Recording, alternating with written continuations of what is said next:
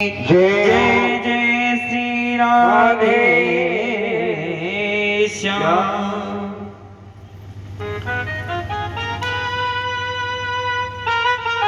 परीक्षित जी महाराज अपने घर से चल दिए। जो भी रास्ते में मिलता उससे एक ही प्रश्न करते हैं, मरिय मानस सर्वदा। जिस व्यक्ति को अपने मालूम हो कि मेरी मृत्यु जब होगी उसको क्या करना चाहिए। आदरणीय सुखदेव जी महाराज का आगमन हुआ। राजा परीक्षित ने उनके चरणों में प्रणाम किया। प्रणाम करने के जब बैठे, सुखदेव जी ने जब प्रश्न को सुना तो कहा, राजन बरियानेवते प्रश्न त्रतो लोक हितो निप आत्मविंसंबतं पुंसा सूतव्यासूया पर। आदरणीय सुखदेव जी महाराज ने कहा, आपने पूरे समाज के कल्याण के लिए प्रश्न किया है, क्योंकि लोग जीवन को यह संसार में आने के बाद व्यर्थ ही गंवा देते हैं। राजा सप्ताहम वाचा, अभी तुम्हारी 7 दिन उम्र शेष है। और उसने कि तस्माद भारत सर्वात्मा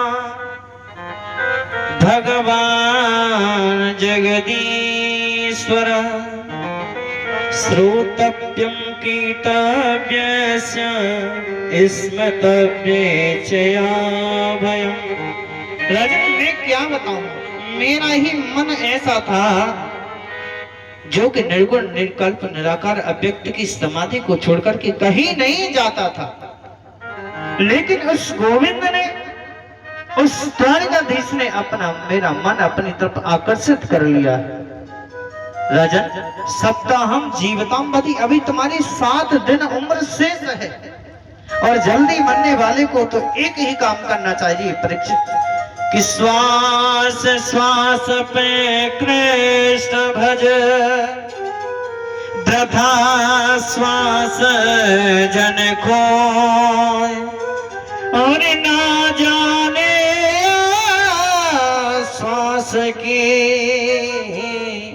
आवन हो न हो।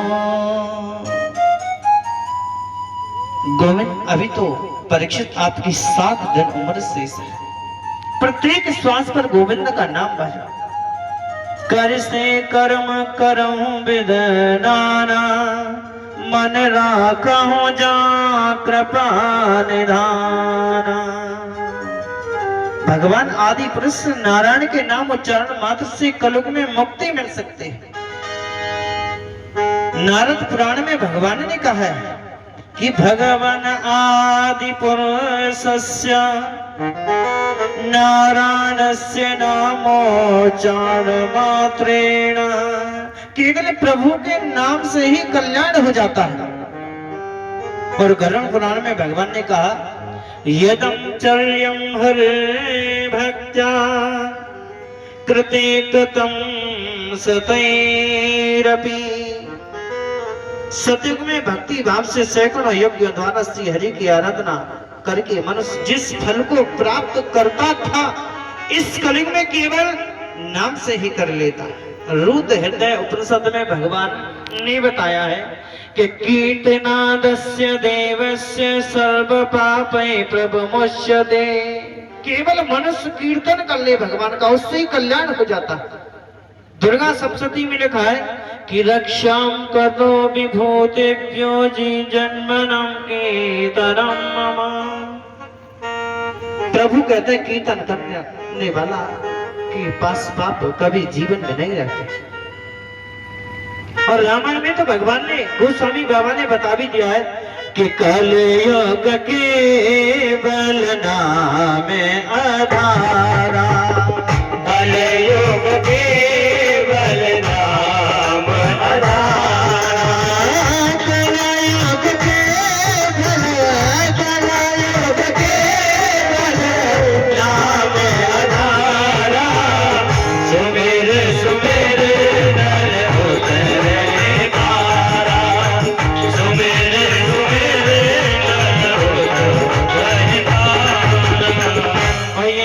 बात भगवान ने गीता में कही है, क्षिप्रम भवति धर्मात्मा सस्वशांति निगच्छति। भगवान गीता में कहते हैं कि संकीर्तन करने वाला मुझ में ही निवास करता है। कि कलेर दोषे निधे राजन नास्ति व्यक्तम महान गुण। और एक पुराण में भगवान ने बताया कि कृष्ण कृष्णेति कृष्णेति कृष्ण कृष्णोति यो यदा। भगवान कहते हैं एक पुराण में कि हे कृष्ण कहकर के जो व्यक्ति मेरा नाम लेता है उसके सभी पापों से मुक्त कर देता है। वो बेहद नारद पुराण में भगवान कहते हैं, हरे नामैव नामैव नावैमं जीवतम्। जो हे कृष्ण हे नाम जो मेरा बार बार नाम स्मरण करता है उसका कल्याण हो जाता है। रामायण में भी भगवान ने बताया कि सतयुग तेता द्वापर पूजा मक और जोग, जो गति होई सो कर हरि नामत पावन लोग। सतयुग में, त्रेता में, द्वापर में जो गति पूजा यज्ञ और योग से प्राप्त होती थी वह गति कलयुग में केवल भगवान के नाम से ही प्राप्त हो जाती है। अशेष जगतम हसम किमपि नाम निर्दोजनम। अशेष जगत में समस्त पापों को नष्ट कर देने वाला भगवान का नाम है। सामवेद संहिता कहती है कि भद्रं कर्णेऽपि शृणुयामः। किसी को सुनाना है तो सुंदर सुनाइएगा। अथर्ववेद संहिता कहती है कि भद्रं श्रावण। किसी से कहना है तो सुंदर कहिएगा जिससे कल्याण हो जाए। कि संकीर्तनी धनी श्रुत्वा। किसी से कहना है तब भी सुंदर कहिएगा क्योंकि उनके कानों में सुंदर ध्वनि जाएगी तो कल्याण हो जाएगा। और भागवत में भी भगवान ने बताया कि साकित्य पारिहासम्बा स्तेनम हेनमेववा।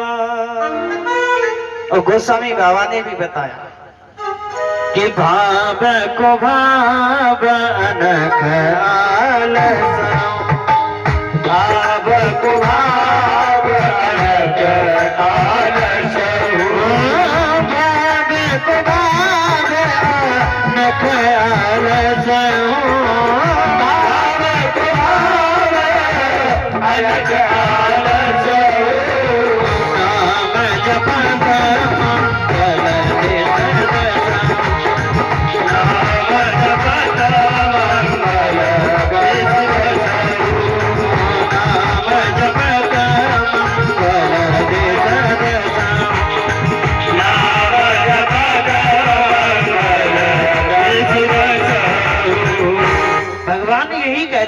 भाविका भूखा हूँ मैं भाव एक सार है, भाव से भजता मुझे तो भव से मेरा पार है।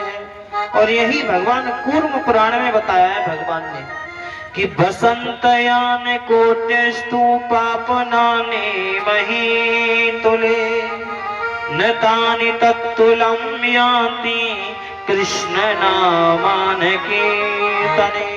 कुत्ते का मांस खाने वाला चंडाल भी अगर प्रभु का स्मरण करे तो कल्याण हो जाता। भगवान कहते हैं अपने मन को मेरे चरणों में लगाओ तो सही।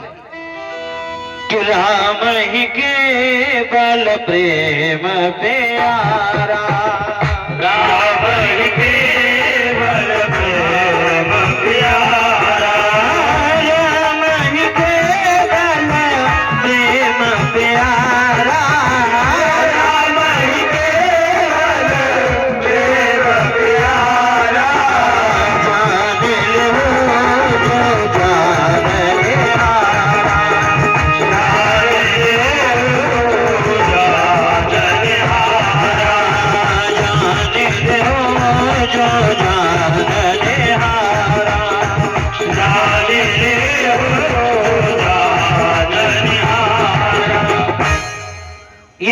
कहते हैं, नाम लिया सो पा लिया, सकल भेद का भेद, नाम बिना नर के गए, पड़े पड़े चारों के।